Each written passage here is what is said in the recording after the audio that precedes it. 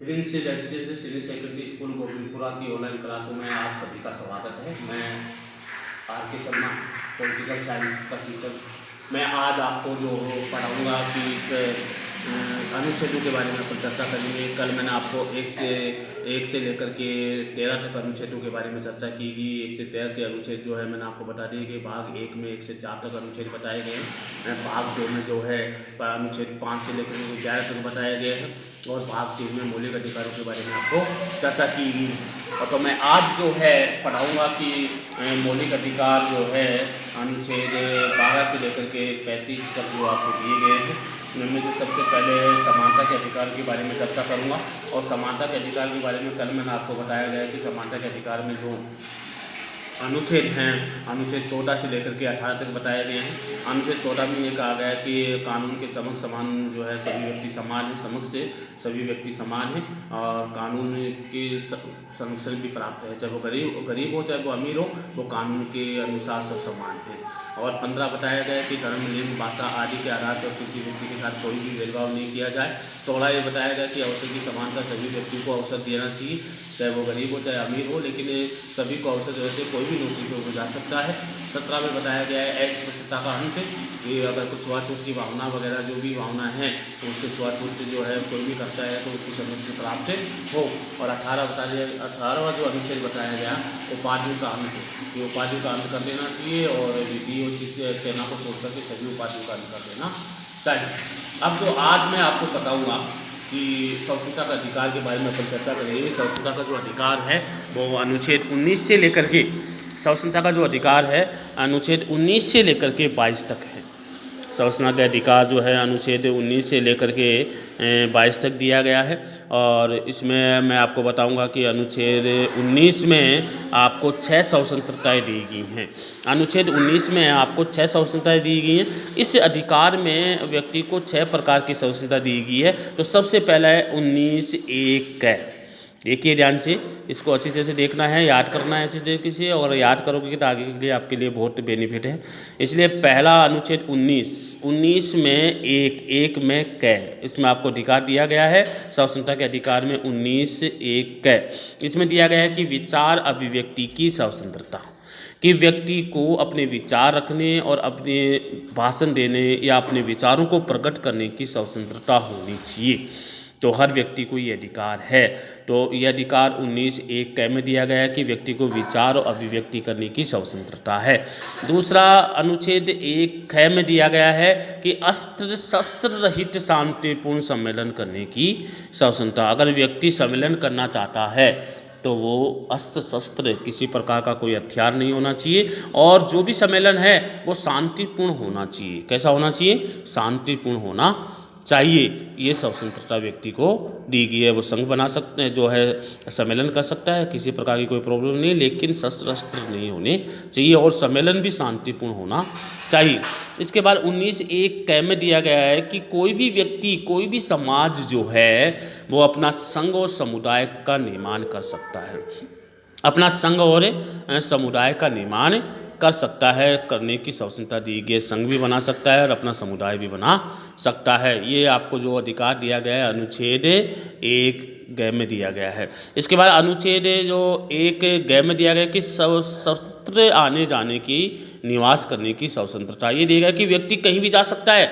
भारत में व्यक्ति कहीं भी जा सकता है, किसी भी राज्य में जा सकता है, किसी भी क्षेत्र में जा सकता है और जा सकता है, आ सकता है, जा सकता है, और लेकिन वह निवास भी कर सकता है। अगर वो चाहे तो वहाँ बस भी सकता है, उसको कोई नहीं रोक सकता। उसको स्वतंत्रता है भारत में कि वो कहीं भी जा सकता है, आ सकता है और निवास कर सकता है।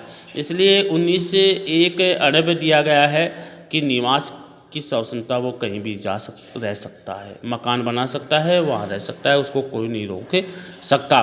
19(1)(6) में दिया गया कि वृत्ति और व्यापार की स्वतंत्रता, कि व्यक्ति वो व्यापार भी कर सकता है, वृत्ति आजीविका कमा सकता है, व्यापार कर सकता है, उसको कोई नहीं रोक सकता। पूरे इंडिया में कहीं भी व्यापार कर सकता है, अपनी आजीविका कमा सकता है, कहीं भी जा सकता है, कहीं भी नौकरी कर सकता है। इसलिए वृत्ति और व्यापार की स्वतंत्रता 19 क में दी गई है। तो मैंने अनुच्छेद 19 में 6 स्वतंत्रताएँ आपको दी गई हैं और 6 स्वतंत्रता के बारे में आपको बता दिया गया है क, ख, ग, ग, ड़, छ। तो ये जो आपके 1, 2, 3, 4, 5, 6 स्वतंत्रताएँ आपको 19 में दी गई है। 19 में 6 स्वतंत्रताएँ आपको दी गई हैं कि आप अभिव्यक्ति, विचार अभिव्यक्ति, सशस्त्र रहित संघ सम्मेलन कर सकते हैं, संघ समुदाय बना सकते हैं, कहीं आ सकते हैं, जा सकते हैं, निवास की स्वतंत्रता, व्यापार की स्वतंत्रता आपको दी गई है कि कोई भी व्यक्ति जो भारत का नागरिक है उनको ये 6 स्वतंत्रताएँ दी गई हैं। इन 6 स्वतंत्रताओं का वो पालन कर सकता है या अपना सकता है। इसके अतिरिक्त जो अनुच्छेद 20, 21, 22 द्वारा व्यक्तिगत मौलिक अधिकारों की व्यवस्था भी की गई है कि व्यक्तिगत मौलिक अधिकार कौन कौन से हैं। नंबर 20, अनुच्छेद 20 में कहा गया है कि अपराधों के लिए दोषित के विषय में संरक्षण। अगर व्यक्ति कोई अपराध नहीं किया है फिर भी उसको अगर न्यायालय या जो लोकअप में रखा गया है या उसको पुलिस ने अरेस्ट किया गया है, लेकिन उसको सज़ा जभी दी जाएगी जब उसके दोष सिद्ध हो जाएं। सीधी माने दोष सिद्ध हो जाए या प्रूफ उनके पास मिल जाए कि हाँ इस व्यक्ति ने ये गुनाह किया है, इसके खिलाफ ये प्रूफ है, तो ही सज़ा दी जा सकती है, अन्यथा उसको सज़ा नहीं दी जा सकती। इसके लिए अनुच्छेद 20 में कहा गया कि अपराधों के लिए दोष सिद्ध होने पे ही उसको सज़ा दी जा सकती है, इसलिए उसको संरक्षण प्राप्त किया गया है। जब तक उसको रखा जाता है, जेल में रखा जाता है, जब तक दोष सिद्ध नहीं हो जाए, जब तक उसकी संरक्षण करने की व्यवस्था सरकार की या गवर्नमेंट की होती है।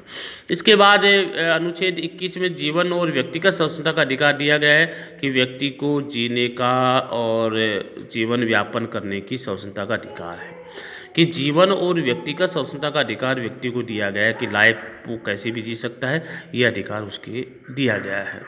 इसलिए अनुच्छेद बंदीकरण की संरक्षण कि व्यक्ति को अगर बंदी बनाया गया है किसी शंका के आधार पर, अनुच्छेद 22 में कहा गया है अगर किसी शंका के आधार पर व्यक्ति को अगर बंदी बनाया गया है तो बंदी बनाने का भी संरक्षण है, लेकिन उस व्यक्ति को 24 घंटे के अंदर ही आप बना सकते हो। 24 घंटे से ज़्यादा कोई भी उसको नहीं रखा जा सकता, इसलिए उसको 24 घंटे तक ही बंदी बनाया जा सकता है। इसके लिए अगर वो उसके खिलाफ कोई प्रूफ नहीं आता है तो उसको जो है छोड़ा जा सकता है।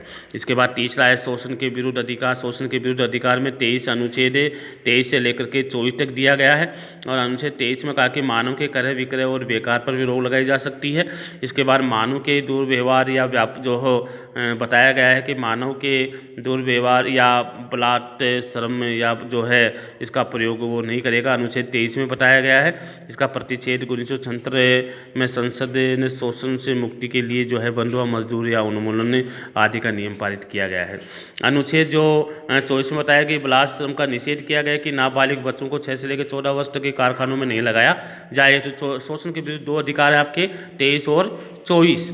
इसके बाद जो है अनुच्छेद 24 में कहा बलात्कार का निषेध किया गया है कि नाबालिग के व्यक्ति को 6 से लेकर के 14 वर्ष तक बच्चों को जो है कारखानों में जो है नहीं लगाया जाए, उसके ऊपर प्रतिबंध लगाया गया है। और अगला जो आपके जो अनुच्छेद आता है धार्मिक स्वतंत्रता का अधिकार, अनुच्छेद 25 से लेकर के 28 तक है।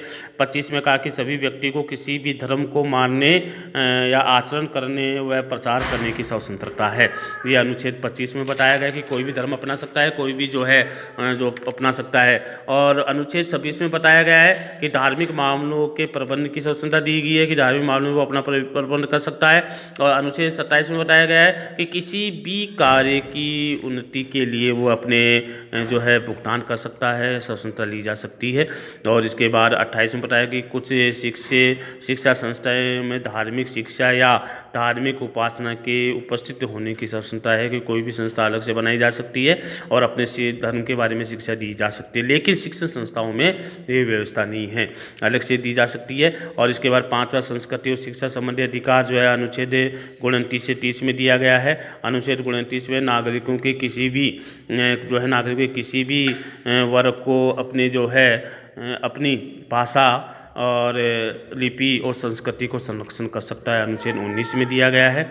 अनुच्छेद 30 में कहा गया है कि अल्पसंख्यकों की धार्मिक संस्थाओं और प्रशासक की नियुक्ति की जा सकती है। इसलिए आपके 5 मौलिक अधिकारों के बारे में मैंने चर्चा की है। संस्कृति और शिक्षा संबंधी अधिकार ये 5वां है। एक जो मौलिक अधिकार आपका और बचा हुआ है वो है जो है संवैधानिक उपचारों का अधिकार। आज मैं आपको इतनी क्लास लूँगा और आगे जो जो उपचारों के मौलिक अधिकारों के बारे में चर्चा करूँगा और आपको अच्छे से ये जो मैंने आपको पढ़ाया है, समझाया गया है, उसको अच्छे से आपको देखना है। और जो नेक्स्ट क्लास आएगी उपचार संवैधानिक उपचारों का अधिकार, जो आगे मैं आने वाली क्लास में आपको बताऊँगा। मैं चार्जर मंगा रहा था। जय हिंद बोल दिया। काहे कौन बोले मैं क्यों पूरी हो नहीं क्लास? कौन